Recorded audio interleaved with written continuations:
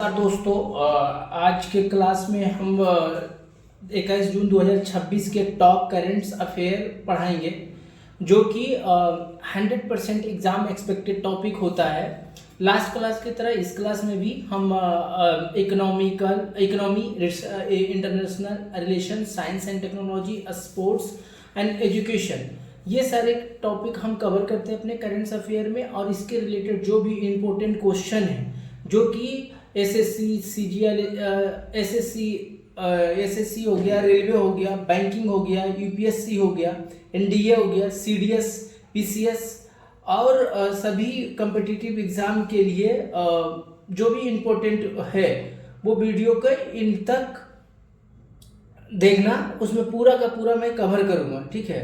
और वीडियो के इन तक देखना, क्योंकि लास्ट में हम रैपिड फायर रिवीजन भी होगा। इस लास्ट में हम रैपिड फायर रिवीजन करते हैं। पूरा जो भी क्लास का एंड में होगा, मतलब से पूरा क्लास में एक्सप्लेन करेंगे डिटेल्स में, लास्ट में हम इसका समरी के रूप में देखेंगे, ठीक है। तो आप शुरू से अंत तक बने रहिए। और जो भी डाउट हो आप अगर आप इंस्टाग्राम या फेसबुक और व्हाट्सअप कहीं भी आप मुझे पिन करो, मैं वहाँ पर रिप्लाई करूँगा। और दूसरी बात, आपको लिखने की ज़रूरत नहीं है, ये सारा रिकॉर्डेड वीडियो यूट्यूब पे अपलोडेड रहेगा। और आप कोई भी नया स्टूडेंट है तो प्लीज़ फटाफट आप उस चैनल को सब्सक्राइब करो और कंटिन्यू हमारे क्लास में बने रहिए।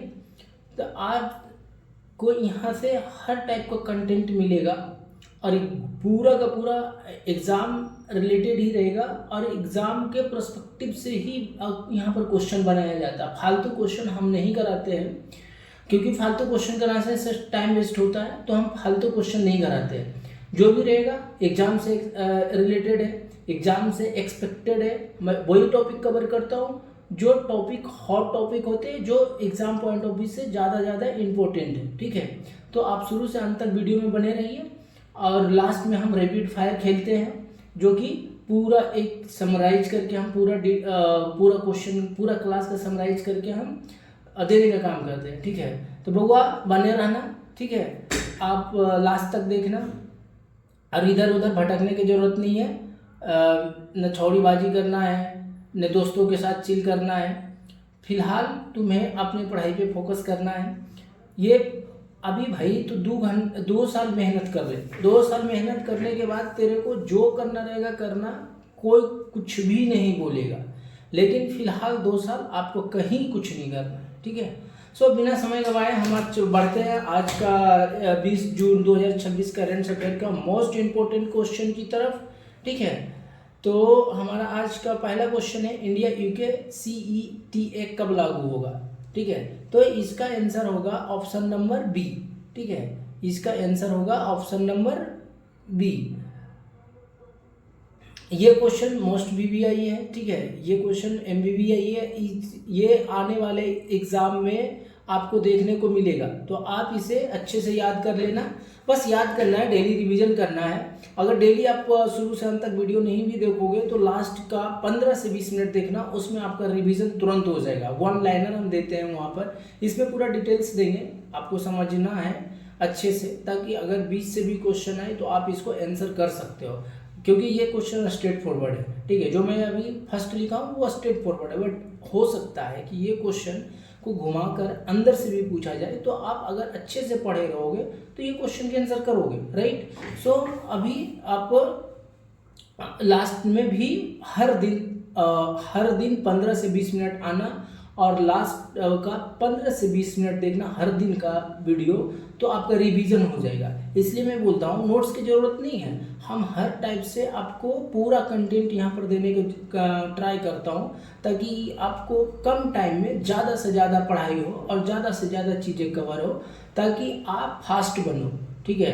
एग्ज़ाम तो सभी लोग लिखेगा, लेकिन जो फास्ट होता है उसी का एग्ज़ाम पूरा क्लियर होता है, वही ज़्यादा स्कोर कर पाता है, उसी का सिलेक्शन होता है। तो मेरा फोकस है आपको सिलेक्शन करवाना, नहीं कि आपको क्लास में आके बकचोदी करना, झूठ के टाइम पास करना। ये सब मेरा मकसद नहीं है। मेरा काम है कि आप हर बच्चे को सही से अच्छा कंटेंट डिलीवर करना और वो एग्ज़ाम में क्वालिफाई करे। ये मेरा मेन एम है और फोकस है, ठीक है। तो आप बने रहिए, देखते रहिए, हर दिन 15 से 20 मिनट आइए, हर एक क्लास के रिवीजन पे हर दिन का आपको करंट अफेयर यहाँ पे मिल जाएगा, ठीक है। सो अब हम देखते हैं कि पहले ये देखते हैं कि सीईटी है क्या। भाई सीईटी है क्या? तो सीईटी का फुल फॉर्म होता है comprehensive economic and trade agreement, ठीक है। सीईटी का फुल फॉर्म क्या होता है भाई? Comprehensive economic and trade agreement. या भारत और यूनाइटेड किंगडम यूके के बीच एक फ्री ट्रेड एग्रीमेंट होता है। तो आपको ये क्वेश्चन पूछेगा, ठीक है, कि फ्री ट्रेड किस किस देश के बीच में है, ठीक है। तो इंडिया और यूनाइटेड, ठीक है, ये किसके अंदर आता है? CET comprehensive economic and trade agreement है। ये फ्री ट्रेड एग्रीमेंट होता है, ठीक है। इसका फुल शॉर्ट फॉर्म क्या है? एफटीए, फ्री ट्रेड एग्रीमेंट, जिसका उद्देश्य है, इसका उद्देश्य क्या है? उद्देश्य है व्यापार, निवेश और आर्थिक सहयोग बढ़ाना। मतलब दोनों देश के बीच एग्रीमेंट होता है, ठीक है। एग्रीमेंट का नाम क्या है? Comprehensive economic and trade agreement. इसको शॉर्ट फॉर्म में क्या कहता है? इंडिया यूके सीईटी, ठीक है, सीईटीए, ठीक है। सो इसका सीईटीए का फुल फॉर्म क्या होता है? Comprehensive economic and trade agreement. ये भारत और यूनाइटेड किंगडम के बीच एक फ्री ट्रेड होता है, ठीक है, जिसका उद्देश्य है व्यापार, निवेश और आर्थिक सहयोग बढ़ाना, ठीक है। तो ये इसका मेन उद्देश्य है। तो ये भी पूछेगा आपसे, ठीक है, इसका उद्देश्य भी पूछता है कि भाई जो फ्री ट्रेड हम कर रहे हैं यूके के साथ, वो इसका मेन मतलब उद्देश्य क्या है? तो है कि देश में व्यापार, हम अपना व्यापार यूनाइटेड किंगडम में बढ़ाएंगे, यूनाइटेड किंगडम हमारे देश में व्यापार बढ़ाएगा। आपको भी पता है कि हमारा जो देश है उपभोक्ता ज़्यादा है, ठीक है, ये प्रोडक्शन नहीं करता है बट वो उपयोग यूज़ करता है। तो हर देश हमारे कंट्री पर फोकस रखता है क्योंकि यूजर ज़्यादा है, यहाँ पर उपभोक्ता यहाँ पर है, ठीक है। तो हमारे साथ हर ज़्यादा से ज़्यादा देश हमारे देश के साथ व्यापार करना चाहता है। ज़्यादा से ज़्यादा कंपनियां कहीं भी प्रोडक्शन हो बट यहाँ पे बाज़ार अपना ओपन करना चाहता है इंडिया में, ताकि उनका जो भी माल बना है वो ज़्यादा से ज़्यादा यहाँ बिके, ठीक है। तो इसका मुख्य उद्देश्य क्या है? निवेश, आर्थिक सहयोग बढ़ाना, निवेश, आर्थिक एंड व्यापार सहयोग बढ़ाना, ठीक है। इसका शुरुआत कब हुआ? तो इसका शुरुआत हुआ है जनवरी 2022 में, जो कि हमारे प्रधानमंत्री नरेंद्र मोदी इंडिया के प्राइम मिनिस्टर है, ठीक है। तो ये शुरुआत कब किया गया था यूके के साथ फ्री ट्रेड एफटीए? 22 जनवरी 2022 में, ठीक है। तो इसका एग्जैक्ट डेट है 4 जनवरी 2022, ठीक है। तो भारत और यूके आधिकारिक रूप से वार्ता निगोशिएशन शुरू किया। इसका मुख्य उद्देश्य दोनों देशों के बीच बाधाओं को, मतलब जो टैरिफ होता है उसको कम करना था, दोनों देश के टैरिफ कम करना था। तो अभी तो फ्री एग्रीमेंट हो गया तो टैरिफ तो हुआ ही नहीं, इसीलिए यहाँ पे ये इसका नेगोशिएट किया गया, ठीक है। उसके बाद इसका मतलब एफटीए पर एग्रीमेंट हुआ और वो दोनों देशों को एग्री किया, उसके बाद एफटीए का लागू किया, ठीक है। इसका शुरुआत हुआ था 4 जनवरी 2022 में। तो इस टाइप से आपको क्वेश्चन पूछेगा, ठीक है। तो ये क्या होगा ना, पॉइंट बाय पॉइंट पढ़ोगे तो कैसे भी पूछेगा आप आंसर करोगे, इसलिए डिटेल्स में जानना जरूरी है। शॉर्ट में वन लाइनर देना मेरा काम नहीं, वन लाइनर मारना हम उतना नहीं देते। हम पूरा का पूरा चाहते हैं कि आपको फुल नॉलेज हो, ताकि कैसे भी क्वेश्चन पूछे आप आंसर करो, ठीक है। तो इसकी ज़रूरत क्यों पड़ी भाई? चलो ठीक है, एफटीए तो एग्रीमेंट हो गया, तो बट इसका ज़रूरत क्या था? हम तो जैसे कि यूएस और इंडिया के साथ टैरिफ लगता है, बट हम इसके साथ भी तो लगा सकते थे, तो इसका ज़रूरत क्या पड़ा? तो भारत के लिए फ़ायदे हैं। ये जो फ्री ट्रेड हुआ, जो एफटीए हुआ अभी, ठीक है, जो एफटीए यूके के साथ हुआ, इसमें फ़ायदा हमारा क्या है? तो ये इसमें ज़्यादा भारत का फ़ायदा है। भारतीय वस्तुओं को यूके में निर्यात बढ़ेगा, ठीक है। पहला बोले ना कि हम दोनों देश मिल के व्यापार करते हैं, ठीक है। हम जो प्रोडक्शन करेंगे, हम अपना प्रोडक्ट यूके में बेचेंगे, यूके जो प्रोडक्शन करेगा वो हमारे देश में बेचेगा, यूके हमारे देश में आके कंपनियां लगाएगा, हम अपना देश वहाँ अपना जो भी प्रोडक्ट होगा डायरेक्ट हम यूके में भेज देंगे विदाउट एनी टैरिफ, ठीक है। तो ये हमारा जो एफटीए एग्रीमेंट हुआ है, ये ज़्यादातर हमारे हित में हुआ है, ठीक है। इससे हमको ज़्यादा फायदा है, हमारे देश को ज़्यादा फायदा है, ठीक है। जैसे कि हमारा जो ज़्यादा हमारा कौन सा एरिया हम कवर करते हैं, तो टेक्सटाइल, जेम्स एंड ज्वेलरी, ठीक है, engineering, auto parts, pharmaceutical sector को फायदा होगा। ये 3-4 चीज़ जो है ना, ये सबसे ज़्यादा इम्पोर्टेंट है। कौन कौन सबसे ज़्यादा? हमारे पास टेक्सटाइल है, ठीक है, जेम्स एंड ज्वेलरी है, ठीक है, James and jewellery, engineering means हमारे यहाँ इंजीनियर बेरोजगार ज़्यादा है, तो ज़्यादा से ज़्यादा उसको अवसर मिलेगा, या तो वहाँ पर पढ़ाई करे या वहाँ पर जाके जॉब करे, ठीक है। अब क्या है, ऑटो पार्ट्स। सो प्रॉब्लम क्या हो रहा था ना कि जैसे कि हमारे देश में कोई भी कंपनियां ऑटो पार्ट्स के मैकेनिकल कंपनियां यहाँ पे लगाती थी, जैसे प्रोडक्शन करने में डर पर लगता था, क्योंकि इसका एक्सपोर्ट कहाँ करेंगे। जैसे हम प्रोडक्शन यहाँ कर रहे हैं तो एक्सपोर्ट तो करेंगे, अब कहीं से भी माल आया, यहाँ पे प्रोडक्शन हुआ, उसके बाद फिर से लेकर जाना, तो जब इम्पोर्ट हुआ तो टैरिफ, ले जाने में टैरिफ, तो ये सब टैरिफ जोड़ के लेबर कॉस्ट, प्रोडक्शन कॉस्ट सब मिला उलाकर बहुत ज़्यादा इसका कॉस्ट हाई हो जाता है, ठीक है, और हो जाता था। तो उसको क्या किया कि एक फ्री ट्रेड एग्रीमेंट कराया कि जो भी तुम्हारे देश में प्रोडक्शन होगा वो हमारे देश में बेचो, हम उस पर टैरिफ नहीं लेंगे।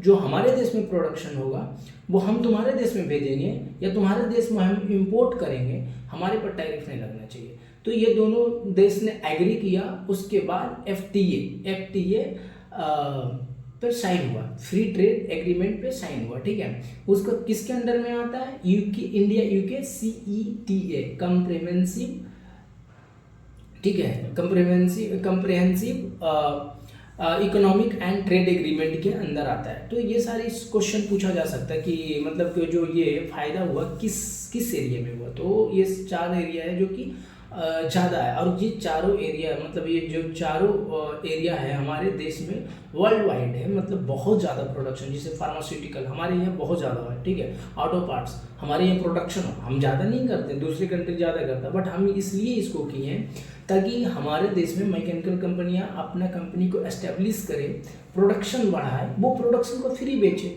तो कंपनियों को फायदा होगा। तो ज़्यादातर कंपनियां हमारे देश में आएंगे, राइट। तो हमारे देश में ज़्यादा कंपनियां आएंगे तो हमें हमारे देश का इकोनॉमिकल कंडीशन बढ़ेगा, अच्छा होगा, हमें हमारे यहाँ जॉब क्रिएट होगा, लोगों को रोजगार मिलेगा। तो ये सारा चीज़ें इस पे देखा जाएगा, ठीक है।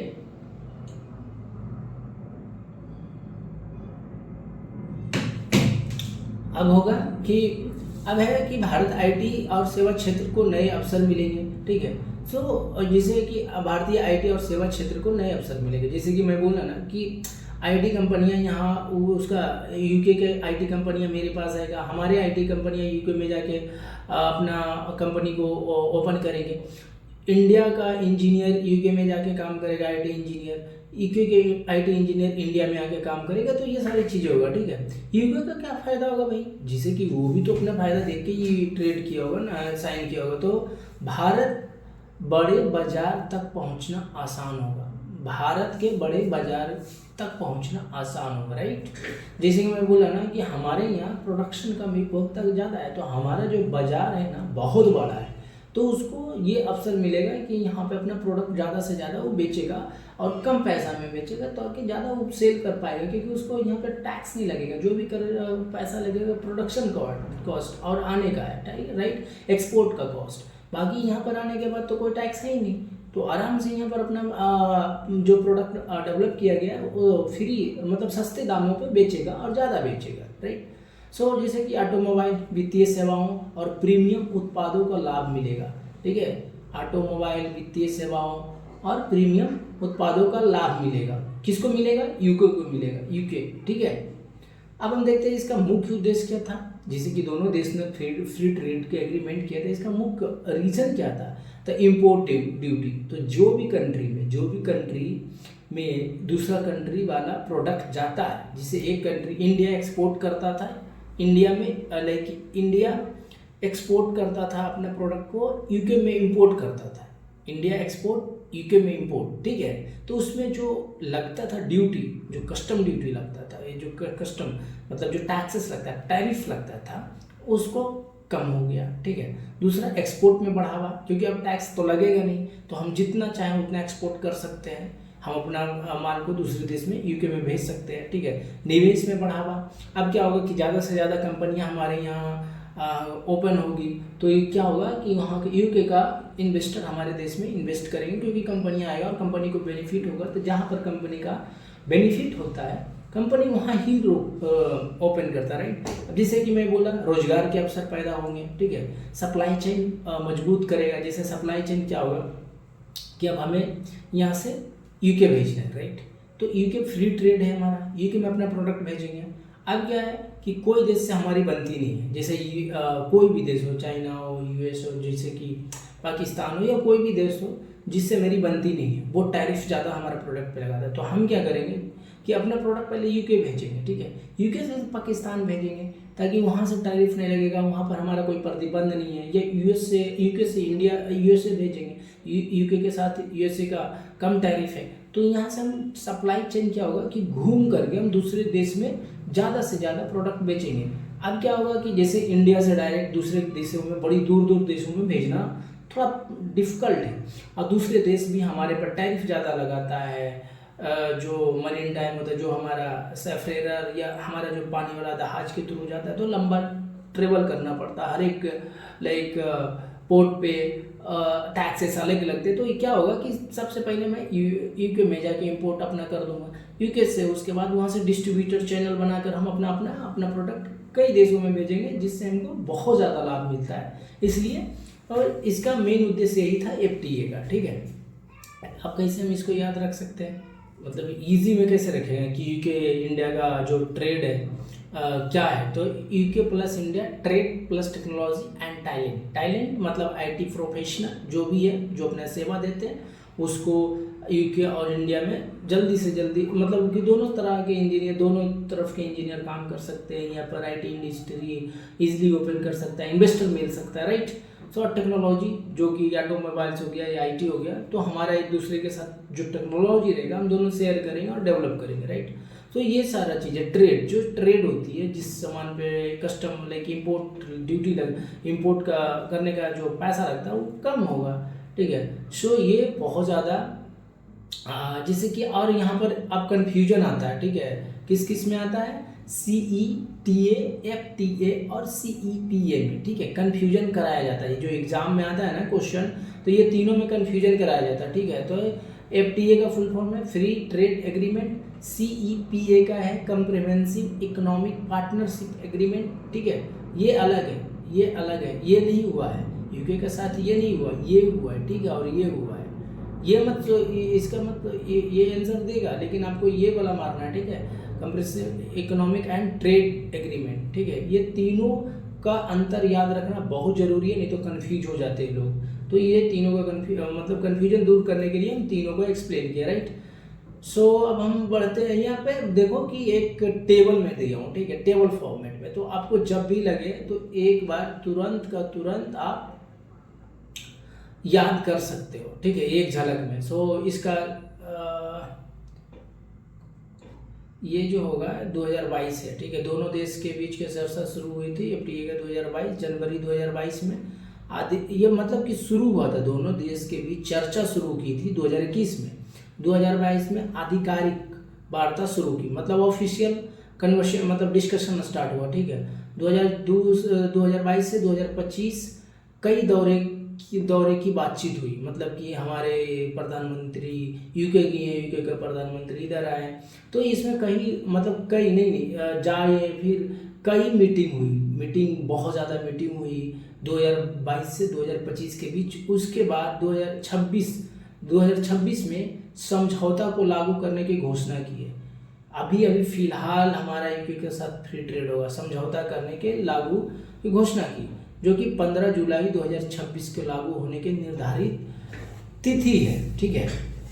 15 जुलाई 2026 लागू होने के तिथि है, ठीक है। तो मतलब चर्चा सब कब शुरू हुई था, 2021। उस टाइम भी हमारा जो प्राइम मिनिस्टर इंडिया के थे वो माननीय नरेंद्र मोदी ही थे। फिर 2022 में ऑफिशियली इसका वार्ता शुरू किया, ठीक है। जैसे कि 2021 में कहीं में मिले, ठीक है, तो कहीं भी मिले हमारे दोनों देश के प्राइम मिनिस्टर, तो हमारा बात हुआ, ठीक है। उसके बाद क्योंकि ये जनवरी से इसका आधिकारिक ऑफिशियली डिस्कशन स्टार्ट हो गया पीएमओ से।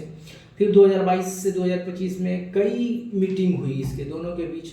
2026 में समझौता को लागू होने की घोषणा की, जो एग्रीमेंट हुआ, ठीक है। फिर अब फाइनल डेट आ गया 15 जुलाई 2026 को यह लागू होने का निर्धारित तिथि किया है, ठीक है। सो ये क्वेश्चन आएगा, ये आपको मोस्ट इम्पोर्टेंट है, आपको कई आने वाले एग्जाम में आएगा ही आएगा, तो आप इसे एकदम याद रखना, ठीक है। आपको नेक्स्ट मंथ भी एग्जाम होने वाला है, नेक्स्ट टू नेक्स्ट मंथ होने वाला है, जिस तो उसमें आपको एक क्वेश्चन देखने को मिलेगा, ठीक है। आप मिला ना क्वेश्चन, और उसके बाद मेरे को कमेंट भी करना, जो मैं MBBI करा रहा हूँ ना, उससे कितना % आया मेरे को जरूर मैसेज करना। आप पढ़ के जाना, उसके बाद मेरे को मैसेज करना उस पर, ठीक है।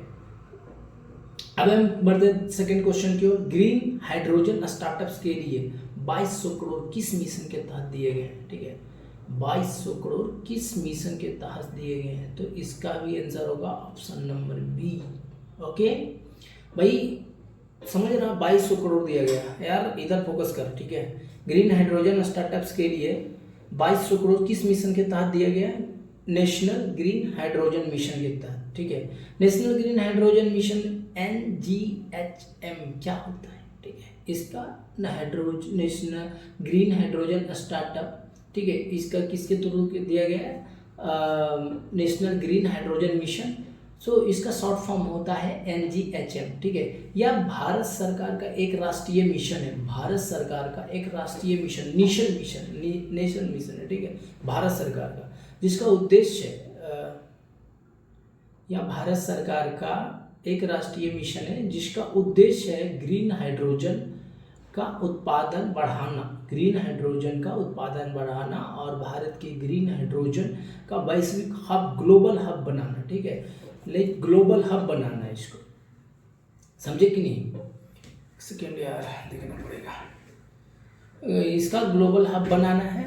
और इसे कब लॉन्च किया जाएगा, तो इसको लॉन्च किया जाएगा 4 जनवरी 2023 को, ठीक है। सॉरी, इसको कब लॉन्च किया गया, 4 जनवरी 2023 को लॉन्च किया गया।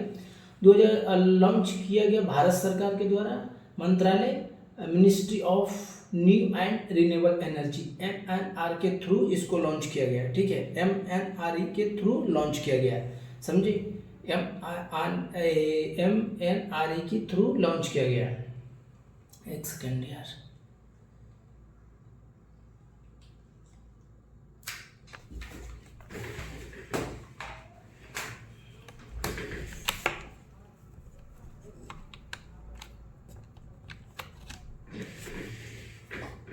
सॉरी। सो MNRE के थ्रू इसको लॉन्च किया गया है। अब हम बढ़ते हैं नेक्स्ट क्वेश्चन, इसका आप डिस्क्रिप्शन में देखते हैं, इसका पूरा मतलब कि विस्तार में इसको हम देखते हैं, राइट। सो कुल बजट कितना था इसका, 19,444 करोड़, 19,744 करोड़। इसमें शामिल है strategic investments for green hydrogen transition SIGHT, research and development, pilot project, skill development, infrastructure development, ठीक है। इसमें शामिल क्या था, इसका कुल बजट कितना था, 19,744 करोड़, 19,744 करोड़ बजट पूछता भाई, तो इसको याद रखना, ठीक है। और इसमें शामिल क्या क्या किया गया था, कौन कौन सा मतलब कि बात को ध्यान रख के इसको लाया गया था। तो पहला था strategic investments like intervention, strategic intervention for green hydrogen transition SIGHT, ठीक है।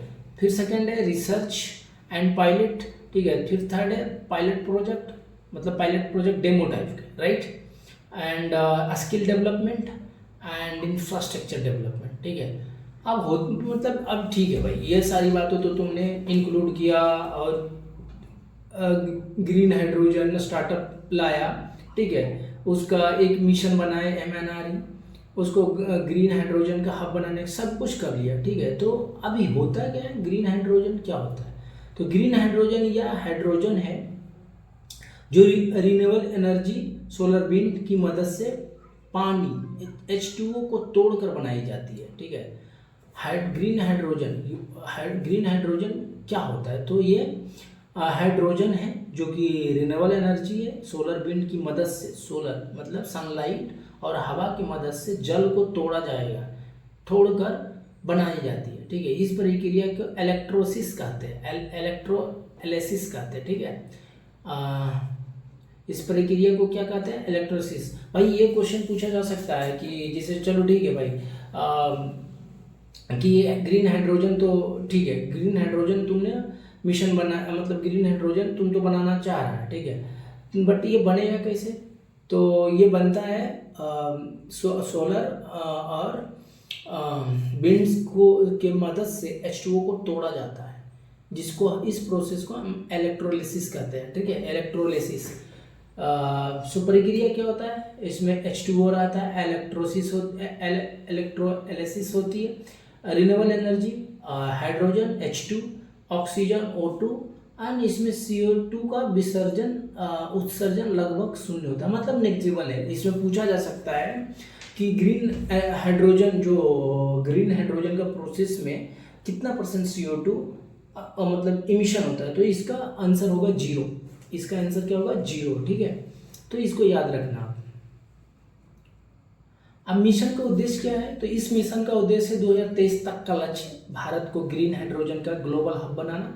दूसरा, 5 मिलियन मैट्रिक टन MMT वार्षिक उत्पादन क्षमता, 125 गीगावाट रिन्यूएबल एनर्जी का क्षमता जोड़ना, 6 लाख से अधिक रोजगार सृजित करना, 50 MMT CO2 उत्सर्जन कम करना। 50 MMT मतलब मिलियन मीट्रिक टन कम करना। सो ये सारी बातों को याद रखना। ये भी एक एक क्वेश्चन आपको आ सकता है, या तो मल्टी चॉइस में आएगा कि 2023 में जो है ग्रीन हाइड्रोजन का लक्ष्य क्या है, तो ये पांचों पॉइंट को आप याद रखना, ठीक है। पांचों पॉइंट को याद रखना, नहीं तो पांचों पॉइंट से भी क्वेश्चन बना सकता है, तो आप इसको याद रखना अच्छे से। और 22 करोड़ स्टार्टअप की सहायता क्यों दी गई? भाई ये भी तो बात है कि चलो ठीक है, इतना पैसा क्यों दिया गया, ठीक है। 22 सरकार ग्रीन हाइड्रोजन इकोसिस्टम को मजबूत करने के लिए स्टार्टअप को प्रोत्साहित कर रहा है, ताकि वो नई तकनीक विकसित करे, ठीक है। इसीलिए दिया गया है कि जो ग्रीन एनर्जी इकोसिस्टम है उसको मजबूत करने के लिए उसको प्रोत्साहित किया गया है, ठीक है। नई तकनीक के लिए हाइड्रोजन स्टोरेज पर काम करें, हाइड्रोजन स्टोरेज पे काम करें, इलेक्ट्रोलेजर टेक्नोलॉजी विकसित करें, हाइड्रोजन ट्रांसपोर्टेशन सॉल्यूशन बनाए, राइट। सो ये सब सारी चीज़ें को ध्यान रखते हुए इंडिया गवर्नमेंट ने 22 करोड़ का स्टार्टअप की सहायता दी है, ठीक है। 22 करोड़ की सहायता दी है। इसका पूरा बजट क्या है? कुल बजट है 19,744 करोड़। समझ लो कितना बजट है। उसमें भी बेचारा को बस 22 करोड़ मिला है भाई, तो कोई बहुत बड़ा अमाउंट में इंडिया गवर्नमेंट नहीं दे दिया, जो कि इतने अच्छे काम कर रहा है, जो हमारा इन्वायरमेंट को जो पोल्यूशन से कम करेगा, और जो हमारा पेट्रोल, डीजल, कोयला, ये सब जो है जीवाश्म ईंधन है, जो कि एक बार ख़त्म होने के बाद दोबारा नहीं होता, उसको रिप्लेस करके रिन्यूएबल एनर्जी को बना रहा है, उसमें भी पानी को तोड़कर बनाया रहा है, ठीक है। तो ये बहुत बड़ी इनोवेशन होगा। सो बहुत अच्छा अप्रोच है, और सरकार जो भी दिया उसके लिए बहुत सराहनीय है, क्योंकि वो अच्छा है कि युवा जनजी को प्रोत्साहित किया जा रहा है, स्टार्टअप को प्रोत्साहित किया जा रहा है, ताकि ज़्यादा से ज़्यादा आइडिया आए, ज़्यादा से ज़्यादा स्टार्टअप ओपन हुए, ज़्यादा से ज़्यादा हम नया टेक्नोलॉजी लाके हम अपना इंडस्ट्री लगाएं, ताकि हमारा भी देश एक डेवलपमेंट कंट्री की ओर बढ़े, ठीक है। जैसे कि USA, चाइना है, तो उस टाइप से हम भी कर सकते हैं।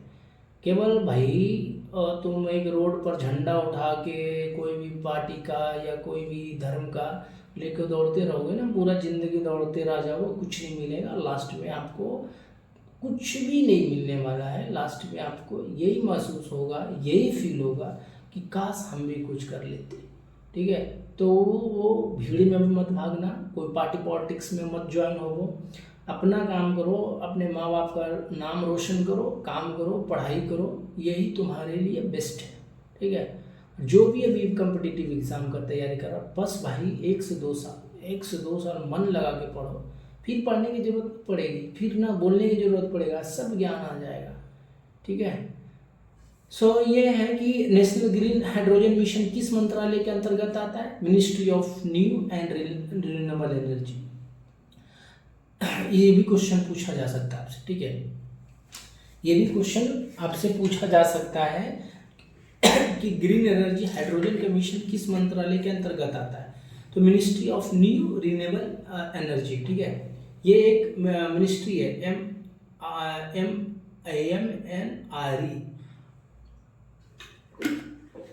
MNRE की मिनिस्ट्री के अंतर्गत आता है।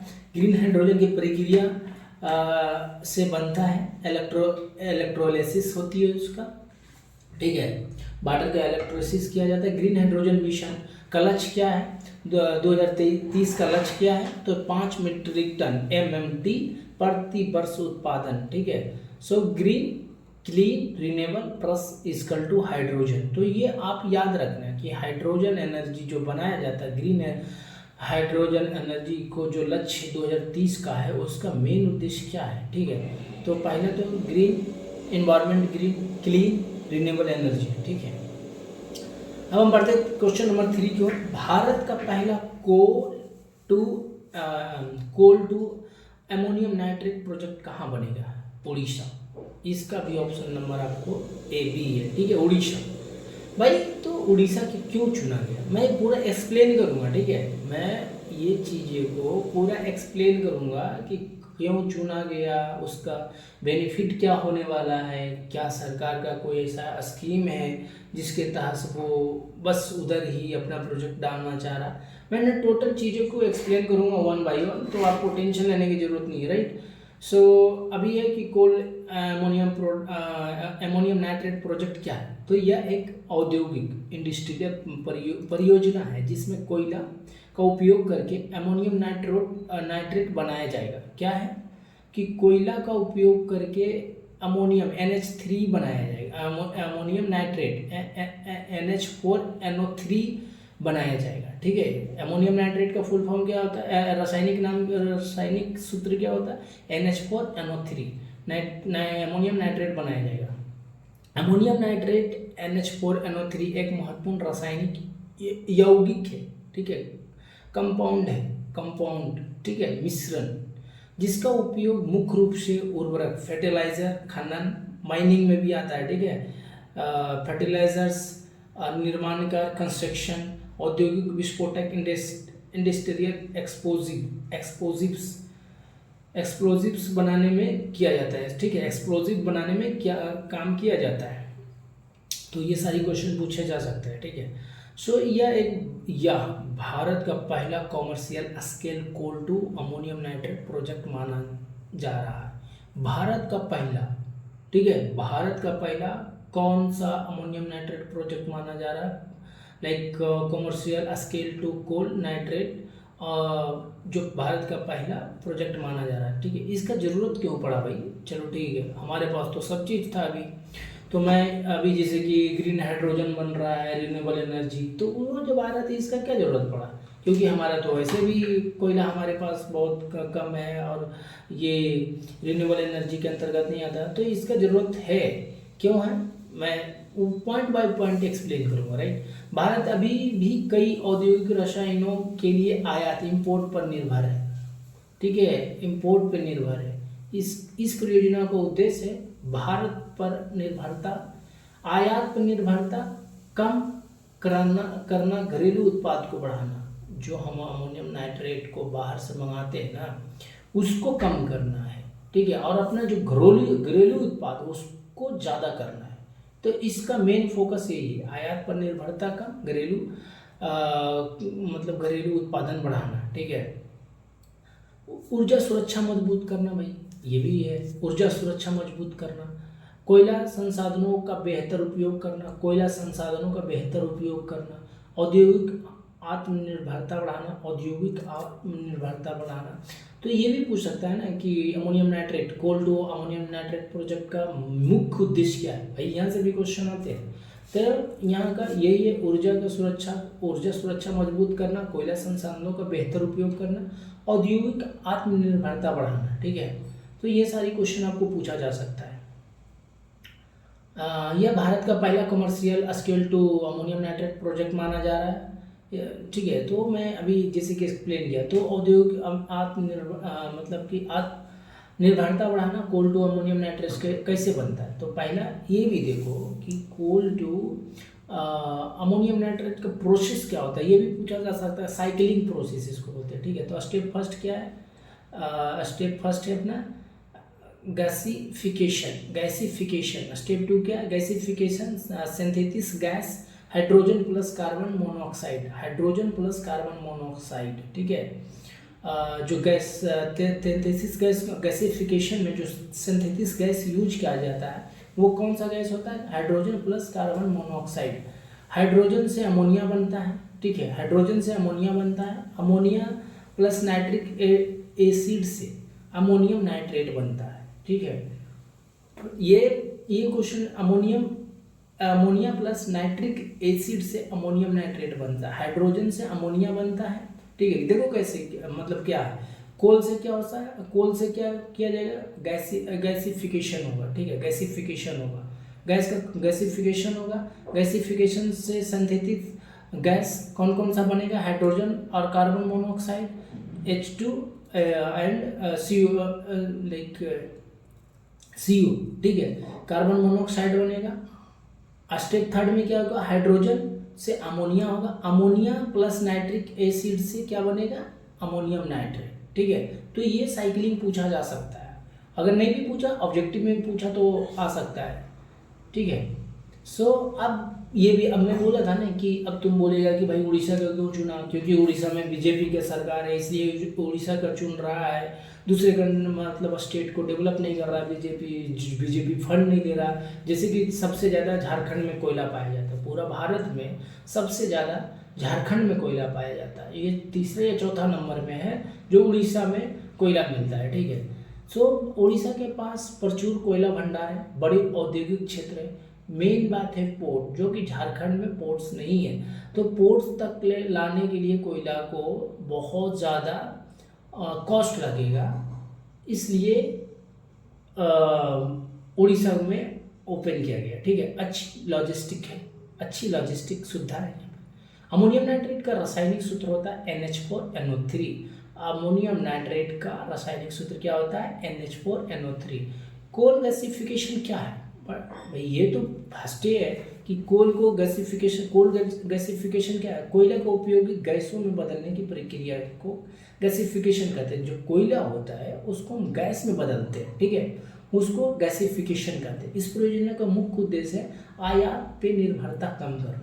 मेन टॉपिक मतलब यही है, ये जो है ना, ये मेन है कि आयात पे निर्भरता कम करना, जो जिसे दूसरे देश से मंगाते हैं तो इम्पोर्ट ड्यूटी लगती है। ठीक है, जो वहाँ से आता है तो हम अपना टैरिफ लगाते हैं, वहाँ से बेचने के लिए जब आता है तो उस प्रोडक्ट का कॉस्ट बढ़ जाता है, जिसके कारण वो ज़्यादा चार्जेस लेते हैं। तो उसको कम करके अपने देश में खोलना, अगर अपने देश में ओपन कर रहे हैं इंडस्ट्री तो सबसे पहले तो हम रोजगार बढ़ाएंगे, प्रोडक्शन का लिमिट बढ़ा देंगे, आयात पे हम डिपेंड नहीं रहेंगे। जब मन जितना मैं प्रोडक्ट हम बना सकते हैं। हमारा मन हो गया कि हम 5 टन नहीं 10 टन, अभी तो 5 टन के लिए। ठीक है, लेकिन वो बढ़ाया जा सकता है, ऐसा नहीं कि नहीं बढ़ाया जा सकता है, अभी तो कम किया गया है। इसका जितना मन रहेगा उतना करेगा, तो उसके अकॉर्डिंग ही इसको बनाया जा रहा है। ठीक है, अब हम देखते हैं क्वेश्चन नंबर 4 बाई AI। इस तो क्वेश्चन तो आएगा, ये तो एकदम लिख के ले लो, और वो भी इंडिया का स्टार्टअप है। ये जो सवर्म AI है ना, ये इंडिया का है। किस क्षेत्र से जुड़ी हुई है, तो भाई ये तो सबको पता है, option number C generative AI। ठीक है, तो सवर्म AI का भारतीय जनरेटिव आर्टिफिशियल इंटेलिजेंट जिन AI कंपनी है। इसका उद्देश्य भारतीय भाषाओं, इंडियन लैंग्वेज के लिए AI मॉडल और AI प्लेटफॉर्म विकसित करना, AI मॉडल और AI प्लेटफॉर्म विकसित करना। ठीक है, इसकी स्थापना कब हुई है, 2023, भाई अभी हुआ है, 3 साल पहले। इसका फाउंडर कौन कौन है, विवेक राघवन और प्रत्युष कुमार, ठीक है, प्रत्यूष कुमार एंड बेक राघवन, दोनों मिलके इस कंपनी को फाउंड कर रहे हैं श्रवण एआई, ठीक है, श्रवण एआई। अब हम बढ़ते हैं नेक्स्ट क्वेश्चन की ओर, ठीक है। पहले ये तो देखो कि इसका डिटेल्स देखते हैं कि इसका फंडिंग कब हुआ, इस क्या क्या काम करता है। तो सबसे पहले ये देखो, ये एक जनरेटिव एआई है, ठीक है। जनरेटिव एआई करता क्या है, तो जनरेटिव एआई ऐसी एक तकनीक है जो नया कंटेंट बना सकती है, जैसे text, image, audio, video, coding, सब ये सब जनरेटिव एआई करता है। तो भाई हम तो ये सब करते थे, हम लिखते भी थे, इमेज भी बनाते थे, ऑडियो रिकॉर्ड करते थे, वीडियो। तो इसकी ज़रूरत क्या है भाई, ये इसलिए आ रहा है कि जो आपका काम 2 घंटा में तो आता है, 1 घंटा ये आधा घंटा में करके आपको दे देगा। ह्यूमन रिसोर्सेज को कम करेगा, ह्यूमन का वर्क जो होता है वो कम करेगा, हेल्प करेगा उसको। तो साबरम एआई क्यों महत्वपूर्ण है ये, क्योंकि ये भारत चाहता है कि एआई केवल अंग्रेजी तक विकसित ना रहे। उस साबरम एआई का फोकस है भारतीय भाषाओं, स्थानीय एआई समाधान, digital public infrastructure, responsible AI, ठीक है। तो ये सब इसका महत्वपूर्ण तथ्य है जिसके कारण ये ज़्यादा चर्च में आ गया एआई। कंपनी का मुख्य उद्देश्य क्या है भाई, तो कंपनी जब बना रहा है तो हम लोग बताते हैं ना कि हमारा मेन काम ये होगा। तो पहला है भारत के लिए ऐसा एआई बनाना जो हिंदी समेत भारतीय भाषाओं को समझे, हर एक भाषा, मगही हो गया, हिंदी हो गया, संस्कृत हो गया, उर्दू, फारसी, जितने लैंग्वेज अपने हैं भारत में। आपको भी पता है कि भारत एक भाषा के विविधताओं का देश है, भाषाओं में विविधताओं के देश है। यहाँ पर बहुत सारे जाति, बहुत सारे लोग, बहुत सारे लैंग्वेज है। तो उस सारे लैंग्वेज को ध्यान में रखते हुए एआई को डेवलप किया जा रहा, ठीक है। सरकारी सेवाओं में उपयोग हो सके, शिक्षा, एजुकेशन में मदद करे, ठीक है। व्यवसाय, बिजनेस एआई समाधान दे, जैसे कि आपको ट्रेड करना है या बिजनेस आइडिया बनाना है, कुछ लिखना है, तो वहाँ से आपको जल्दी मिल जाएगा, ठीक है। Video AI, large language model LLM को विकसित करे, वीडियो एआई और लार्ज लैंग्वेज मॉडल को विकसित करे, ठीक है, LLMs, ठीक है। अभी तो LLMs चल रहा है, बट आने वाले दिन में इसको रिप्लेस करके रैग आएगा, ठीक है। रैग वो भी एक टाइप का मॉडल ही है, आगे हम डिस्कस करेंगे उसके बारे में। साबरम एआई किस उपलब्धि के कारण चर्चा में, ये यूनिकॉर्न बन गया है, यूनिकॉर्न स्टार्टअप बना है इंडिया का, ठीक है, इसलिए ज़्यादा चर्च में है। साबरम एआई इस चर्च में इसलिए कि भारत की नई एआई यूनिकॉर्न कंपनी बना है। यूनिकॉर्न कंपनी होती क्या है, यूनिकॉर्न उस स्टार्टअप कंपनी को कहते हैं जिसकी वैल्यूएशन बाजार में 1 अरब अमेरिकी डॉलर, बाप रे बाप, समझ रहे हो, 1 अरब अमेरिकी डॉलर, 1 अरब अमेरिकी डॉलर है, उससे अधिक हो जाती है, जो अभी शेयर बाजार स्टॉक मार्केट में सूचीबद्ध लिस्टेड नहीं होती है, ठीक है। उसको हम यूनिकॉर्न कंपनी कहते हैं, जो 1 अरब अमेरिकी डॉलर या उससे अधिक हो जाती है और जो शेयर मार्केट में स्टॉक में मतलब लिस्टेड नहीं है, उसको हम यूनिकॉर्न कंपनी कहते हैं, ठीक है। So 1 billion USD equal to 100 crore dollar, समझे। 100 मतलब 100 करोड़ की कंपनी बन चुकी है 3 साल में, 200 करोड़ की, ठीक है। साबरम एआई क्या करती है भाई, साबरम एआई एक भारतीय जनरेटिव एआई कंपनी है जिसका फोकस है भारतीय भाषाओं को एआई मॉडल बनाना, लार्ज लैंग्वेज विकसित LLM को डेवलप करना, वॉइस एआई समाधान तैयार करना, भारत केंद्रित एआई तकनीक को विकसित करना, ठीक है। यूनिकॉर्न कंपनी कब बनती है, 1 बिलियन प्लस वैल्यूएशन का वाला स्टार्टअप कंपनी जो स्टॉक मार्केट में लिस्टेड नहीं है, उसको यूनिकॉर्न कंपनी कहते हैं, ठीक है। अब हम बढ़ते हैं नेक्स्ट क्वेश्चन नंबर 6 की ओर, ठीक है।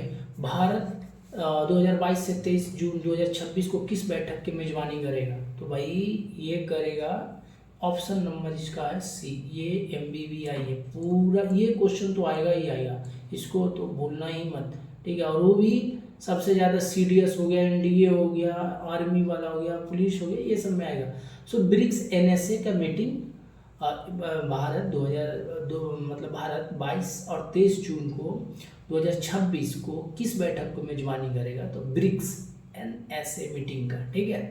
ब्रिक्स एनएसए मीटिंग होता क्या है? तो एनएसए मतलब क्या है? एनएसए का फुल फॉर्म है national security adviser, national security adviser. BRICS NSA meeting एक उच्च स्तरीय बैठक होती है जिसमें ब्रिक्स देशों के राष्ट्रीय सुरक्षा सलाहकार नेशनल सिक्योरिटी एडवाइजर मिल करके सुरक्षा, सिक्योरिटी, आतंकवाद, साइबर सुरक्षा, क्षेत्रीय स्थिरता, रीजनल स्टेबिलिटी, ठीक है, ये सब जैसे कि अभी सब मिल के ब्रिक्स में, ब्रिक्स ये 5 देशों का समूह है, ठीक है, ब्रिक्स 5 देशों का समूह है। हम आगे इसको पूरा एक्सप्लेन करेंगे कि ब्रिक्स में कौन कौन सा देश है, बट ये 5 देशों का समूह होता है जो कि उस हर देश का एनएसए जो सिक्योरिटी नेशनल सिक्योरिटी एडवाइजर होता है उस मीटिंग में पार्टिसिपेट करता है और वो अपने देश का सिक्योरिटी, आतंकवाद, साइबर सुरक्षा और क्षेत्रीय स्थिरता के बारे में डिस्कस करता है, ठीक है। अब हम बढ़ते हैं भारत की तरफ से कौन नेतृत्व करेगा। तो भाई अभी आपको पता है कि नेशनल सिक्योरिटी एडवाइज़र अपना अजीत डोभाल साहब है। तो जो भी रहता है जिस देश का नेशनल सिक्योरिटी एडवाइज़र रहता है वही इसमें पार्टिसिपेट करता है। तो अभी जैसे कि अपना है नेशनल सिक्योरिटी एडवाइज़र कौन है? अजीत डोभाल है। तो वो अपना इस मीटिंग को मेज़बानी करेंगे, ठीक है। इसकी बैठक का महत्व क्या है? तो ब्रिक्स एनएसए मीटिंग का उद्देश्य है ग्लोबल सिक्योरिटी कॉर्पोरेशन बढ़ाना, ठीक है, आतंकवाद पर रोकथाम, साइबर थ्रेट्स का सहयोग, ठीक है, स्ट्रेटेजिक ट्रस्ट बढ़ाना, ठीक है। भारत के लिए क्यों महत्वपूर्ण है भाई? चलो ठीक है, ये तो हो गया कि ये पॉइंट होना चाहिए, बट भारत के लिए क्यों महत्वपूर्ण है? तो भारत ब्रिक्स के एक प्रमुख भूमिका की रोल निभाता है। जो ब्रिक्स है ना वो 5 देशों में मिलकर इसको फॉर्म किया है, उसमें भारत का अहम रोल होता है। इसलिए ग्लोबल डिप्लोमेसी मजबूत होती है, स्ट्रेटेजिक पार्टनरशिप बढ़ती है, सिक्योरिटी कोऑर्डिनेशन इम्प्रूव होता है। ये सब सारा पॉइंट आपको याद रखनी है, ठीक है, ताकि जैसे भी क्वेश्चन पूछे भाई आंसर तो करनी है, छोड़ना नहीं है, ठीक है। और मैं बाद में जब एग्ज़ाम होगा ना तो मैं उस एग्ज़ाम जो मैं पढ़ाया हूँ कितना मेरा क्वेश्चन आता मैं भी उस वीडियो में बना के आगे में दूंगा, ठीक है। सो अब है BRICS NSA meeting BRICS NSA meeting, NSA का फुल फॉर्म क्या है? अभी जैसे मैं बात किया कि नेशनल सिक्योरिटी एडवाइजर होता है, इसका फुल फॉर्म। ब्रिक्स में कुल कितने देश होते हैं? तो इसका पूरा 5 देश है, ठीक है, 5 देश। मैंने बताया ना कि ब्रिक्स में टोटल 5 देश है, ठीक है। भारत का एनएसए कौन है? अभी हमारा अजीत डोभाल साहब है, ठीक है। ब्रिक्स एनएसए मीटिंग का मुख्य उद्देश्य क्या होता है? सिक्योरिटी कॉर्पोरेशन, आतंकवाद, सिक्योरिटी, रीजनल स्टेबिलिटी, ये सब मेन मुद्दा होता है जो ब्रिक्स में डिस्कशन किया जाता है, ठीक है।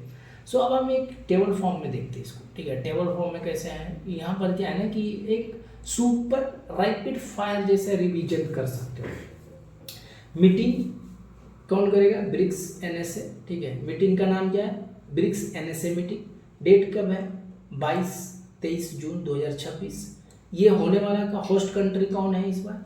इंडिया, ठीक है, इंडिया।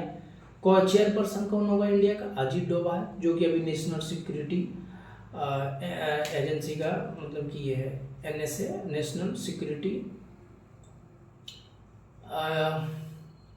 एडवाइज़र है अपना, ठीक है, नेशनल सिक्योरिटी एडवाइज़र है अभी अपना ये अजीत डोभाल साहब। टाइप क्या होगा इसका? सिक्योरिटी मीटिंग, ठीक है, क्योंकि यहाँ पे ही दे दिया ना security meeting, NSA, national security adviser, ठीक है। सो और जो भी देश का एनएसए रहेगा, जो अध्यक्ष रहेगा वही इस मीटिंग को होस्ट करता है। तो अभी हमारे एनएसए का अध्यक्ष हैं अजीत डोभाल साहब, इसलिए इस मीटिंग को होस्ट करेंगे, राइट।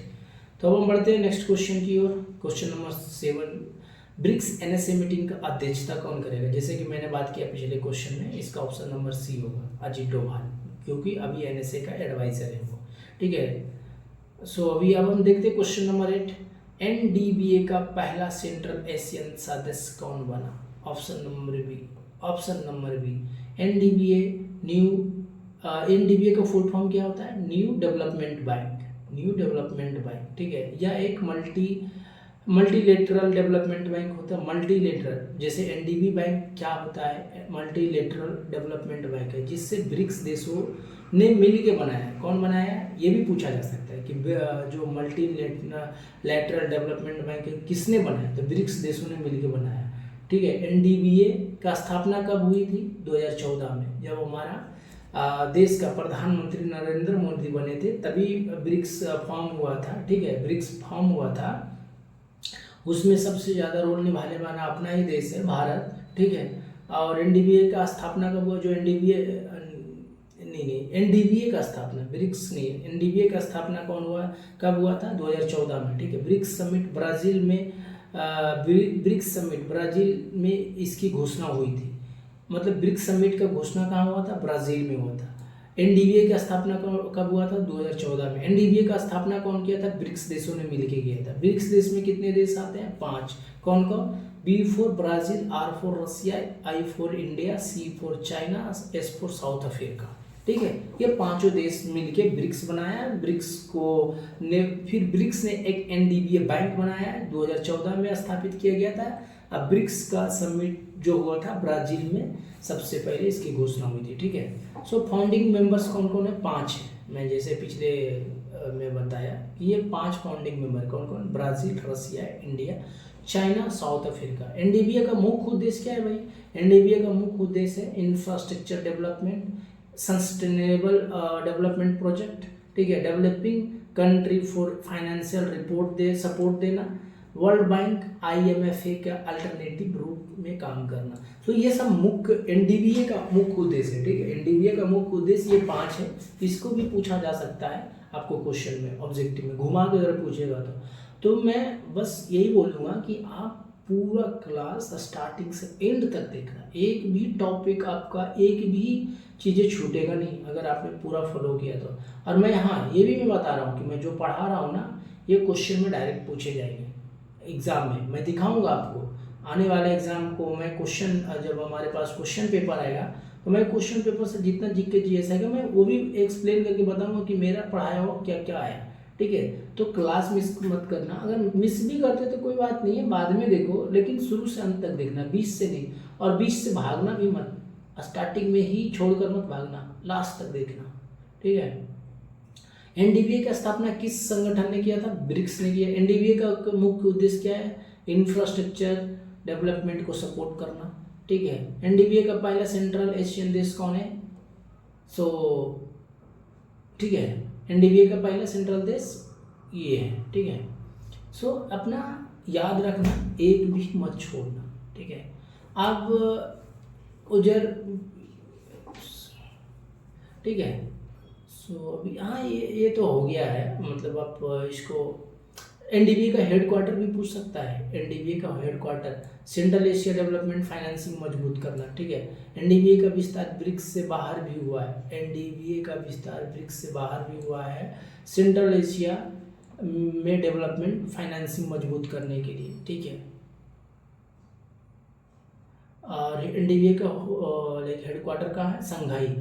एनडीबीए का हेडक्वार्टर कहाँ है, संघाई। ठीक है, तो ये सारा चीज़ें आप याद रखना। और ये मैं एक टेबल फॉर्मेट में हर एक का क्वेश्चन का लास्ट में देता हूँ। संघाई कहाँ है, चाइना में। ठीक है, तो इसका एनडीबीए का हेडक्वार्टर का संघाई जो चाइना में, तो याद रखना। फाउंडेड कब हुआ था, 2014 में।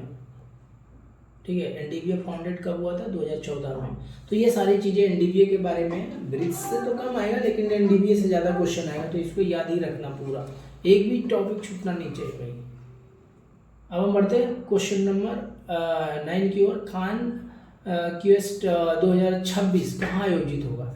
ठीक है, तो ये कहाँ आयोजित होगा भाई, तो ये होगा मंगोलिया में। ठीक है, मंगोलिया, इसका भी ऑप्शन नंबर बी होगा, मंगोलिया में। कान क्वेस्ट 2026 कहाँ आयोजित होगा, मंगोलिया में। ठीक है, कान क्वेस्ट एक मल्टीनेशनल मिलिट्री एक्सरसाइज बहुराष्ट्रीय सैन्य अभ्यास है जो हर साल विभिन्न देशों में सेनाओं के बीच होता है। ठीक है, हर साल होता है, ये हर साल विभिन्न सेनाओं के बीच आयोजित किया जाता है ताकि सैन्य सहयोग बढ़े। ठीक है, सैन्य सहयोग बढ़े। पीस, इसका मतलब क्या होता है? पीस कीपिंग ऑपरेशन की तैयारी, पीस कीपिंग ऑपरेशन की तैयारी, joint training, counter terrorism, counter terrorism को क्षमता मजबूत कराना, ठीक है, काउंटर टेररिज्म का क्षमता मजबूत कराना, मेन उद्देश्य इसका यही है, ठीक है।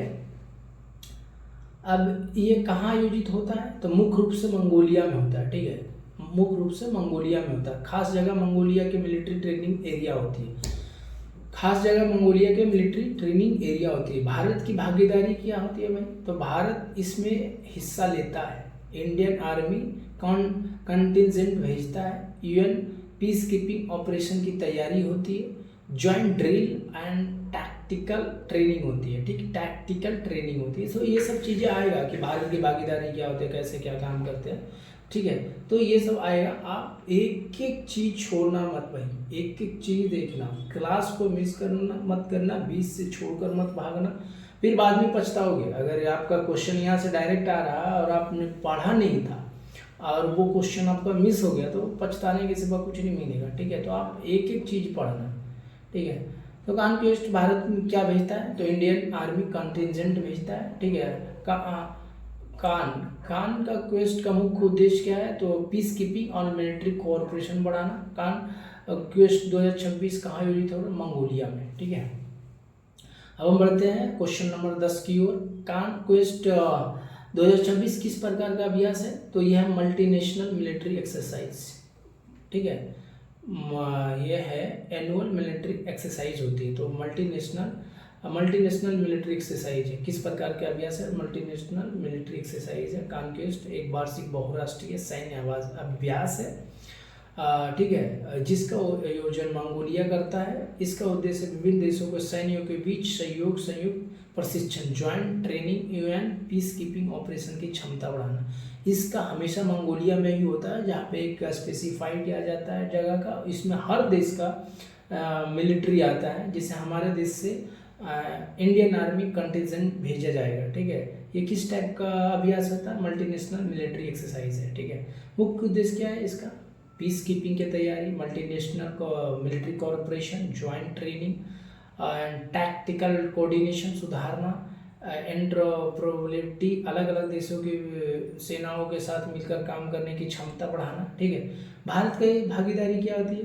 भारत हर साल इसमें अपनी इंडियन आर्मी कंटिजेंट भेजता है, हर साल भेजता है भाई, एक साल की बात नहीं, हर साल मंगोलिया में भेजता है। भारत के सैनिकों इसमें फील्ड ट्रेनिंग लेते हैं, इसमें क्या करते हैं? फील्ड ट्रेनिंग यहाँ पर मिलता है उसको, पीस कीपिंग ड्रिल मिलता है, टैक्टिकल एक्सरसाइज होती है, ज्वाइंट ऑपरेशन होता है, ठीक है, ज्वाइंट ऑपरेशन करते हैं कि जैसे आतंकवादी हो गया या कोई हॉस्टेज को कर लिया तो कैसे, मतलब कि पूरा देश मिल के एक ज्वाइंट मॉक ड्रिल करता है, पीस कीपिंग ड्रिल होता है, टैक्टिकल एक्सरसाइज होता है, ज्वाइंट ऑपरेशन होता है, फील्ड ट्रेनिंग होती है, ये सब सारी चीज़ें वहाँ पर होता है, जो कि भारत अपना इंडियन आर्मी कंटिजेंट भेजता है। इस अभ्यास का मुख्य महत्व क्या है? इस अभ्यास का मुख्य रूप से United nation peace keeping mission के लिए सैनिकों को तैयार करने का केंद्रित होता है, ठीक है। पीस कीपिंग और United nation peace keeping mission के लिए सैनिकों को तैयार करने के केंद्रित होता है। खान क्वेस्ट का आयोजन कौन करता है? मंगोलिया करता है। खान क्वेस्ट मुख्य रूप से किससे संबंधित है? पीस कीपिंग ऑपरेशन से, ठीक है। भारत इसमें किस सेना को भेजता है? इंडियन आर्मी, ठीक है। खान क्वेस्ट किस प्रकार का अभ्यास करता है? मल्टी नेशनल मिलिट्री एक्सरसाइज, ये क्वेश्चन आएगा। सो ये पूरा क्वेश्चन MPBI है, ठीक है, और ये साल में एक बार होता है। तो ये क्वेश्चन तो बहुत इंपॉर्टेंट है, क्योंकि ये जानना जरूरी है। और जो भी लाइक डिफेंस का एग्ज़ाम, जितना भी डिफेंस का एग्ज़ाम हो रहा है उसमें तो आएगा ही आएगा, ठीक है।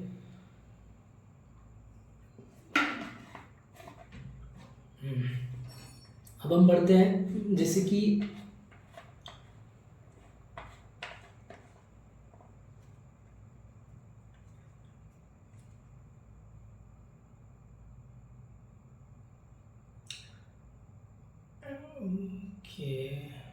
एक क्वेश्चन 11 मिस हो गया, ठीक है, 11 12।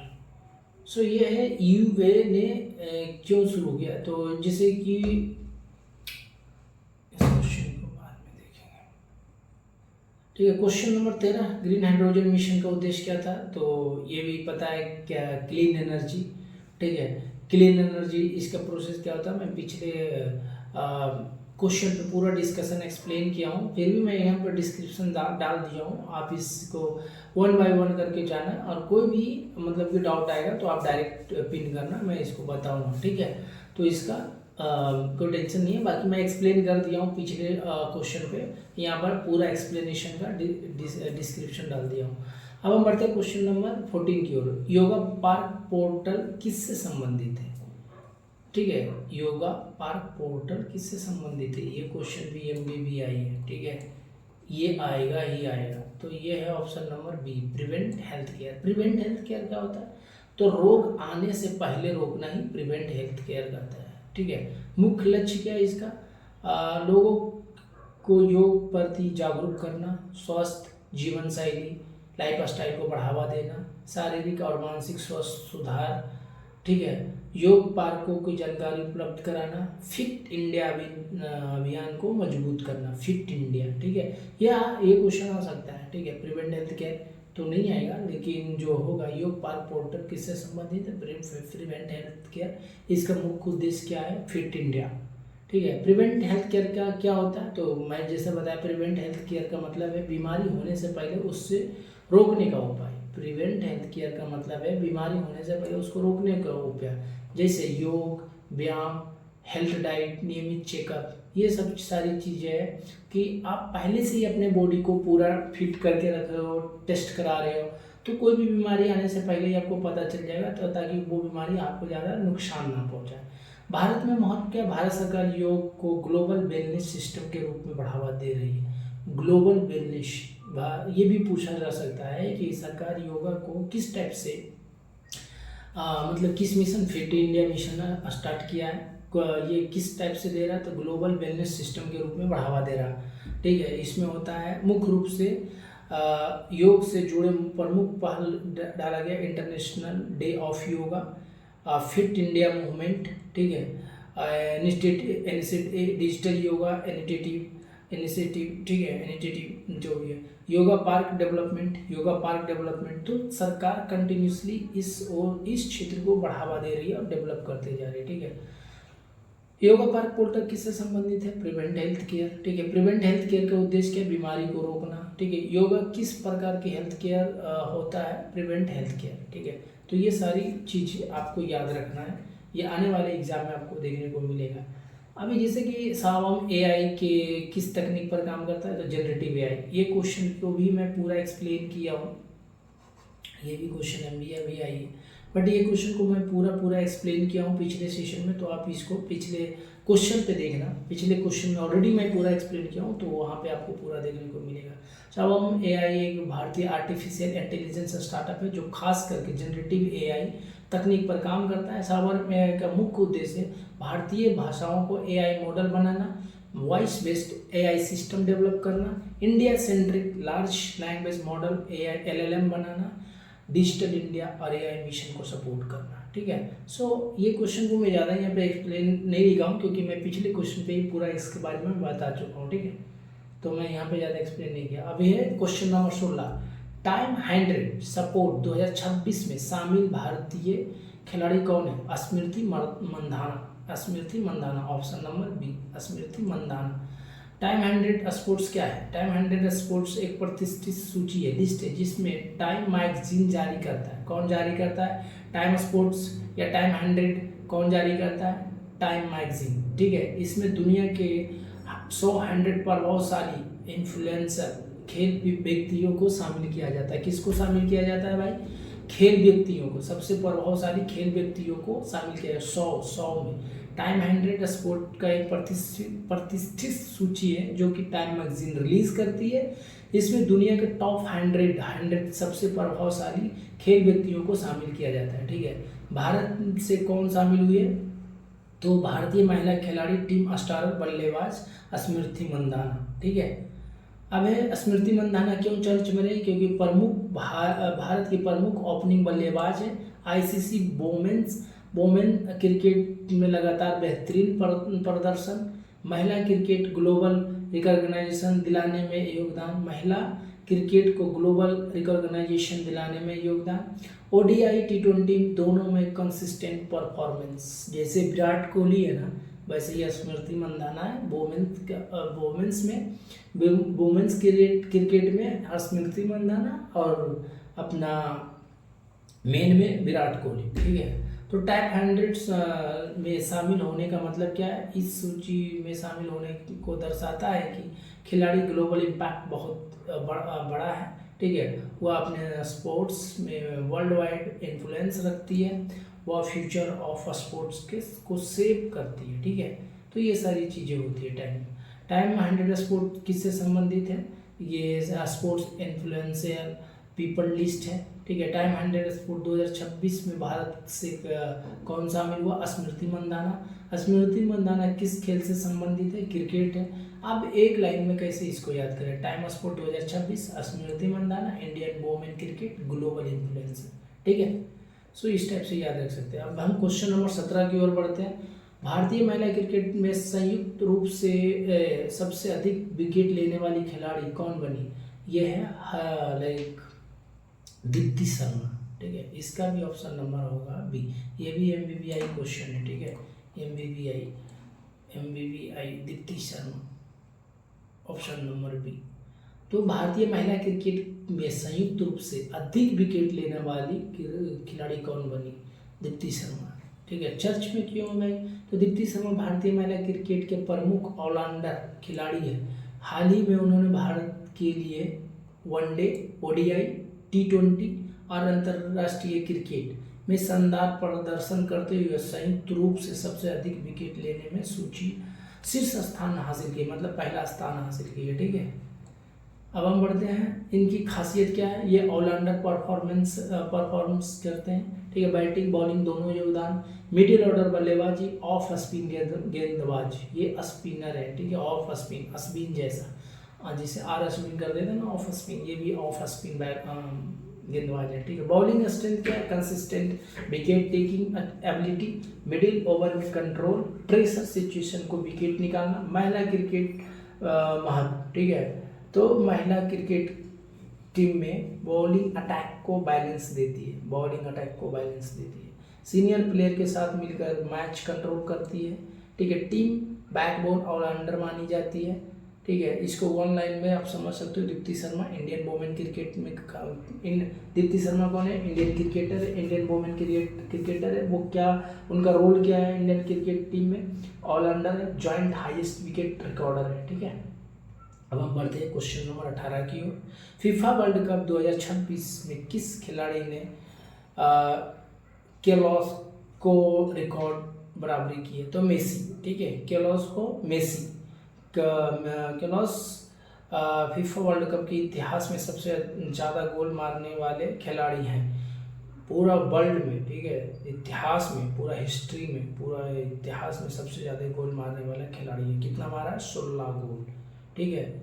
सो हाल ही में वर्ल्ड कप 2026 में मेसी ने इस रिकॉर्ड को बराबरी की है, ठीक है। वो भी 16 गोल मार के 2026 में इनका बराबरी की है केलॉस को, 16 गोल। तो ये भी पूछा जा सकता है कि सबसे मतलब कि सबसे ज़्यादा भी इतिहास में सबसे ज़्यादा गोल मारने वाला खिलाड़ी कौन है, तो पहले थे केलॉस, अभी हो गए मेसी, दोनों मतलब बराबर है। अगर दोनों को ऑप्शन दिया जाएगा तो 2026 में अगर बोला जाएगा तो मेसी के मारना, कंफ्यूजन करने के लिए दे सकता है कि 2026 में किसने केलॉस की बराबरी का गोल मारा है, कितना मारा, 16 मारा वर्ल्ड कप में, फीफा वर्ल्ड कप में, ठीक है। महत्वपूर्ण तथ्य क्या है कि वर्ल्ड कप में गोल सबसे ज़्यादा प्रेस्टिजियस रिकॉर्ड माना जाता है, ठीक है, प्रेस्टिजियस रिकॉर्ड माना जाता है। केलॉस का रिकॉर्ड लंबे समय से अनबीटेन था, उसको कोई बीट नहीं कर पा रहा था। मेसी ने 2026 एडिशन में इससे इक्वल किया, बराबर, अभी बाहर मतलब कि ज़्यादा नहीं किया, इक्वल है, 16 गोल उनका भी है, 16 गोल इनका भी है, ठीक है। तो फीफा वर्ल्ड कप सबसे ज़्यादा गोल किसके नाम पहले था, केलॉस के नाम था, ठीक है। 2026 में मेसी के अंदर आ गया। मेसी किस देश से खेलता, अर्जेंटीना से खेलता, तो ये सारी चीज़ें याद रखना। कितना गोल मारा? टोटल 16। पहले कौन था? केरोस। अभी कौन है? मेसी। मेसी कब ने इसको बराबरी की? 2026 में फीफा वर्ल्ड कप में, ठीक है। फीफा वर्ल्ड कप इसलिए इतना चर्चित में रहता है क्योंकि ये फीफा वर्ल्ड कप का गोल है जो प्रेस्टिजियस रिकॉर्ड माना जाता है, इसलिए इतना चर्चा में रहता है। मेसी किस देश की खिलाड़ी है? अर्जेंटीना, ठीक है। टोटल कितना गोल मारा? 16। तो ये सब चीज़ें याद रखना। आईआईटी कानपुर खड़गपुर और आईआईपीएच दिल्ली ने किस कोर्स को अंतिम तिथि बढ़ाई? किस कोर्स को अंतिम तिथि बढ़ाई? तो है एमपीएच, ठीक है। आईआईटी खड़गपुर और आईआईपीएच दिल्ली ने किस कोर्स की अंतिम तिथि बढ़ाई? एमपीएच होता क्या भाई? एमपीएच का फुल फॉर्म होता है मास्टर ऑफ पब्लिक हेल्थ, ठीक है। मास्टर ऑफ पब्लिक हेल्थ यह एक पोस्ट ग्रेजुएट पीजी कोर्स है जो पब्लिक हेल्थ केयर मैनेजमेंट और डिसीज़ प्रिवेंशन पर फोकस करती है। किस पे करती है? Health care management, public health care management and disease prevention पर फोकस करता है, ठीक है। कौन कौन संस्थान जुड़े हैं? तो ये है Indian institute of technology Kharagpur and Indian institute of public health Delhi, IIP, like MP। इसका दो है इंस्टीट्यूट है, IIT खड़गपुर, IIP दिल्ली, ठीक है। सो इसका मुख्य उद्देश्य क्या है? MPH का मुख्य उद्देश्य है पब्लिक हेल्थ सिस्टम को मजबूत करना, डिसीज प्रिवेंशन पर कंट्रोल, ठीक है, हेल्थ पॉलिसी में development, data driven health care solution, data driven, ठीक है, डिप्लोमोलॉजी और हेल्थ सर्च, ठीक है, ओके। MPH, सो ये पूरा का पूरा मैं यहाँ पर दिया हूँ। MPH कोर्स किसके लिए? तो यह कोर्स सुटेबल है medical student, life science graduate, health professional, public policy student, ठीक है। ये 4 टाइप के स्टूडेंट के लिए ये बेनिफिट होता है, ठीक है। ये सुटेबल कोर्स होती है। MPH का पूरा नाम क्या है? मास्टर ऑफ पब्लिक हेल्थ, ठीक है। IIT खड़गपुर, IIPH दिल्ली किस कोर्स के लिए जुड़े हैं? MPH, ठीक है। MPH किस क्षेत्र से संबंधित है? Public health. अब हम बढ़ते हैं नेक्स्ट क्वेश्चन की ओर। Question number 20। MPH प्रोग्राम किस क्षेत्र का संयोजन है? ठीक है, MPH प्रोग्राम किस क्षेत्र का संयोजन है? तो हेल्थ डेटा टेक्नोलॉजी, ठीक है। ऑप्शन नंबर ये है health data technology. MPH master of public health होती है इसका फुल फॉर्म, या एक पोस्ट ग्रेजुएट डिग्री है जो public health system, disease control और हेल्थ केयर मैनेजमेंट के आधारित होती है, ठीक है। MPH का प्रोग्राम का मुख्य संयोजन, MPH आज के समय में एक इंटर डिसिप्लिनरी बहुविषयक कोर्स बन चुका है जिसमें शामिल public health system, disease prevention, ठीक है, हेल्थ केयर पॉलिसीज, ये सारी चीज़ें, चारों चीज़ें इसके अंदर आता है। डेटा क्या होता है? Health data analysis, biostatistics, disease tracking, outbreak analysis. Technology है digital health system, AI in health care, health informatic, medicine, health care policy, ठीक है। क्यों महत्वपूर्ण है भाई? आज के समय में हेल्थ केयर सिर्फ इलाज नहीं बल्कि डेटा ड्रिवन डिसीजन मेकिंग हो गया, टेक्नोलॉजी बेस्ड डायग्नोसिस हो गया, प्रिवेंटिव हेल्थ केयर सिस्टम है। रिलेटेड इंस्टीट्यूशन क्या है? IIT खड़गपुर, IIPH दिल्ली, ठीक है। MPH का मुख्य फोकस क्या है? Public health. क्या है? Public health. MPH की संयोजन है हेल्थ डेटा और टेक्नोलॉजी। अब हमारा लास्ट क्वेश्चन है जो फुल डिस्क्रिप्शन के साथ, उसके बाद हम रैपिड फायर में इसको रिवीजन के तौर पे देखेंगे, ठीक है। तो रिवीजन में मतलब वन लाइनर आपको मिलेगा, फटाफट आप 10 से 15 मिनट में डेली रिवीजन कर सकते हो। तो मैं ये नहीं बोलता हूँ कि आपको डेली देखना है, आप रिवीजन के तौर पे लास्ट के 15 से 20 मिनट देखना, ठीक है। लास्ट के 15 से 20 मिनट हर दिन देखना। तो वर्ल्ड कप रिफ्यूजी डे कब मनाया जाता है? ये हो गया आंसर, इसका आ गया option number C। MBBI question है वही, ठीक है। MBBI रिफ्यूजी 20 जून। वर्ल्ड वाइड रिफ्यूजी डे एक अंतर्राष्ट्रीय दिवस है जो जिसे दुनिया भर में शरणार्थियों रिफ्यूजी के अधिकार सुरक्षा सम्मान के लिए मनाया जाता है। किस किस के लिए? अधिकार सुरक्षा और सम्मान के लिए मनाया जाता है। इसे कब और क्यों मनाते हैं? हर साल 20 जून को मनाते हैं, ठीक है। इसका उद्देश्य शरणार्थियों को समस्याओं के बारे में जागरूकता फैलाना, उनके अधिकारों को सुरक्षा को बढ़ावा देना, ठीक है, उन्हें सम्मान और सहायता प्रदान करना। जो हमारा एक देश से दूसरे देश में आकर बसते हैं ना, जो रिफ्यूजी होते हैं, उसको लिए हम 20 जून को इस डे को स्पेशली मनाते हैं। यह किसने घोषित किया था? इसे संयुक्त राष्ट्र UN द्वारा घोषित किया गया है, United nation. World wide refugee day का महत्व युद्ध और संघर्ष से प्रभावित लोगों की मदद, ठीक है, युद्ध और संघर्ष से प्रभावित लोगों की मदद किया जाता है रिफ्यूजी में, ठीक है। मानवाधिकारों की सुरक्षा, वैश्विक एकजुटता, रिफ्यूजी क्राइसिस के बारे में अवेयरनेस, ठीक है। रिफ्यूजी कौन होता है? रिफ्यूजी वह व्यक्ति होता है जो युद्ध, हिंसा, उत्पीड़न के कारण अपना देश छोड़कर दूसरे देश में शरण लेता है। रिफ्यूजी कौन होता है? एक देश से छोड़कर दूसरे देश में जाके बसना, मतलब उसका देश का ही नागरिकता लेना, उसको रिफ्यूजी कहते हैं। वो किस हालत में इसका ले सकता है, रिफ्यूजी बन सकता है उस देश का? तो जैसे वॉर, हिंसा, वायलेंस जो होती है, उत्पीड़न, जो उसको सताया जाता है, तो वो अपने देश के छोड़कर दूसरे देश में जाके बस सकते हैं, ठीक है। वर्ल्ड रिफ्यूजी डे कब मनाया जाता है? 20 जून।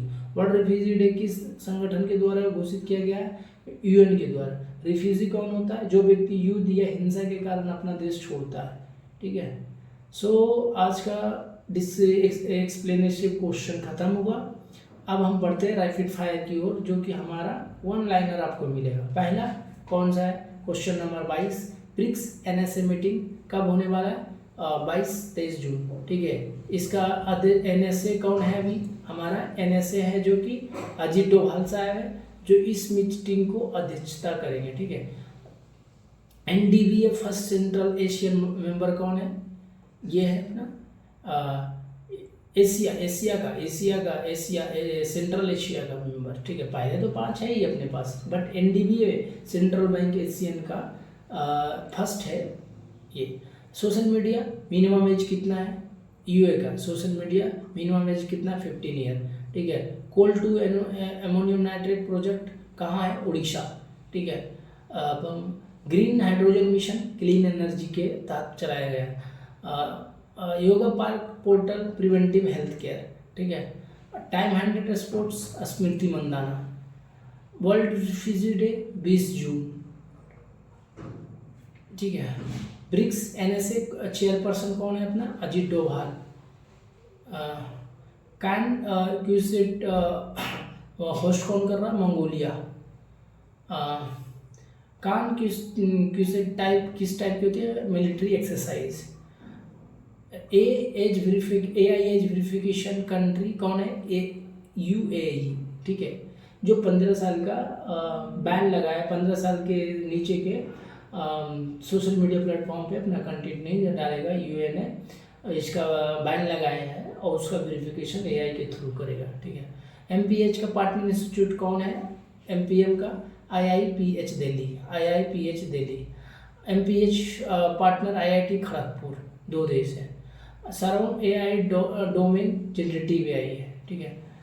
Green hydrogen mission national mission green hydrogen mission एक नेशनल मिशन है। NDBA का फुल फॉर्म क्या है? New development bank. ब्रिक्स का 5 देशों का नाम कौन कौन है? BRICS, B for Brazil, R for Russia, I for India, C for China, S for South Africa. अब हम बढ़ते हैं नेक्स्ट क्वेश्चन की ओर। वर्ल्ड रिफ्यूजी डे का थीम क्या है? Refugee support. World refugee day का थीम क्या है? रिफ्यूजी सपोर्ट, ठीक है। Health care portal yoga park portal. Health care portal का नाम क्या है? Yoga park portal. AI startup unicorn Sarvam AI, ठीक है। Clean fuel green hydrogen central Asia member, ठीक है। सो आज के लिए इतना ही। अब जो भी नया है प्लीज़ आप चैनल को सब्सक्राइब करें, भूलें नहीं, आप हमसे जुड़ने के लिए, आपको कोई भी डाउट हो तो आप, और PDF लिंक और नोट सबसे पहले पाने के लिए अभी हमसे जुड़ सकते हैं आप YouTube channel @ sol अस्पर engineer Suraj Kumar, team Instagram सूरज टीम 01, फेसबुक पेज फॉलो करो सॉल अस्पर, व्हाट्सएप पे आप इस नंबर पे व्हाट्सएप कर सकते हो। ठीक है, सो आज के लिए इतना ही। थैंक यू, धन्यवाद।